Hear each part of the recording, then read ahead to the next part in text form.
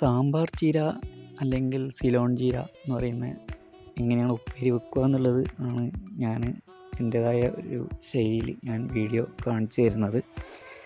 അപ്പോൾ സാമ്പാർ ചീര ഒരുപാടുണ്ട് വീടിനടുത്ത്, അതാണ് ഈ കാണുന്നത്.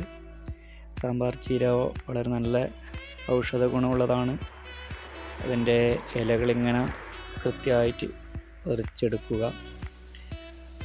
കാട്ടിൻ്റെ ഉള്ളിലായതുകൊണ്ട് വളരെ ശ്രദ്ധിച്ചും സൂക്ഷിച്ചുമൊക്കെ വേണം. ഞാൻ വളരെ റിസ്ക് എടുത്തിട്ടാണ് പറിച്ചത്. ഇങ്ങനെ എല്ലാ ഇലകളും കൃത്യമായി പറിച്ചെടുത്ത് ഒരു പാത്രത്തിലിട്ട് ഇങ്ങനെ എടുക്കുക.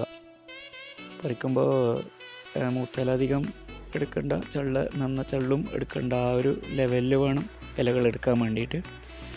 അതിൽ എടുത്തിട്ട് വീട്ടിലേക്ക് കൊണ്ടുവന്ന് നല്ലൊരു പാത്രത്തിലോ അല്ല നല്ലൊരു ബക്കറ്റിലോ മറ്റോ ഇട്ടിട്ട് ഇതേപോലെ കഴുകുക, നന്നായിട്ട് കഴുകുക. ചിലപ്പോൾ ജീവികളോ എന്തെങ്കിലുമൊക്കെ ഉണ്ടാവും. കഴിഞ്ഞ ദിവസം നല്ലൊരു മഴയുണ്ടായിരുന്നു, അതുകൊണ്ട് അഴുക്കൊന്നുമില്ല കാര്യമായിട്ട്. എന്നാലും ഇങ്ങനെ നന്നായിട്ട് കഴുകുക. അതിന് ശേഷം ഇതേപോലെ നന്നായി ഒരു പാത്രത്തിലെടുത്ത് കഴുകിയതിന് ശേഷം ഓരോ ഇലകളുമായിട്ടും കഴുകണം. ഓരോ ഇലയിൽ നിന്നും ഇലകൾ ഉതിർത്തെടുത്തിട്ട് വെള്ളമാകുമ്പം എന്ന് പറഞ്ഞാൽ കണ്ടമാനം എല്ലാവരും അങ്ങോട്ടും ഇങ്ങോട്ടും പറ്റി കുറച്ച് ബുദ്ധിമുട്ടുള്ള കാര്യമാണ്. അപ്പോൾ അങ്ങനെ ഇലകളൊക്കെ എടുത്ത് വളരെ ശ്രദ്ധിച്ച് സൂക്ഷിച്ച് കൈയൊന്നും മുറിക്കാതെ ഇതേപോലെ കട്ട് ചെയ്ത് എടുക്കുക. ഇതേപോലെ വളരെ നന്നായിട്ട് ചെറിയതാണെങ്കിൽ അത്രയും നല്ലത്. ഞാൻ പിന്നെ അത്ര ചെറുതാക്കിയിട്ടില്ല, എന്നാലും ആവറേജ് കട്ട് ചെയ്തെടുക്കുക. എല്ലാം ഇലയും വളരെ നന്നായി നല്ല വൃത്തിക്ക് കട്ട് ചെയ്തെടുത്തത് ഇതേപോലെ കുനുകുനാന്ന് പറഞ്ഞ് അരിയുക. വളരെ ക്ഷമയുള്ള പരിപാടിയാണ്.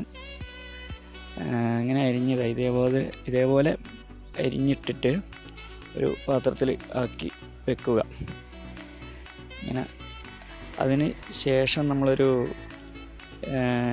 ചീനച്ചട്ടിയിലേക്ക് മാറ്റണം. ചീനച്ചട്ടി എന്ന് പറയുമ്പോൾ അതല്ലെങ്കിൽ ഇതുമാതിരിയുള്ളൊരു പാത്രം മതി, ചീനച്ചട്ടി. അതിലേക്ക് എല്ലാം ഇട്ടതിന് ശേഷം ഇതിന് കുറച്ച് ഉപ്പ് വേണം. ഉപ്പ് ഒരു ഗ്ലാസ്സിലാക്കിയിട്ട് ആ ഉപ്പ് വെള്ളം ഇതിന് കുടഞ്ഞ് എല്ലാ ഭാഗത്തും ഒന്ന് കൈ കൊണ്ട് മിക്സ് ചെയ്ത് പിടിപ്പിക്കുക. അതിന് ശേഷം ഗ്യാസ് ഓണാക്കി അത് അടുപ്പത്ത് വെച്ച് നന്നായി അടച്ചു വെക്കുക. പാത്രം അടച്ചു വെക്കണം. ഇതേപോലെ അടച്ചു വെക്കണം.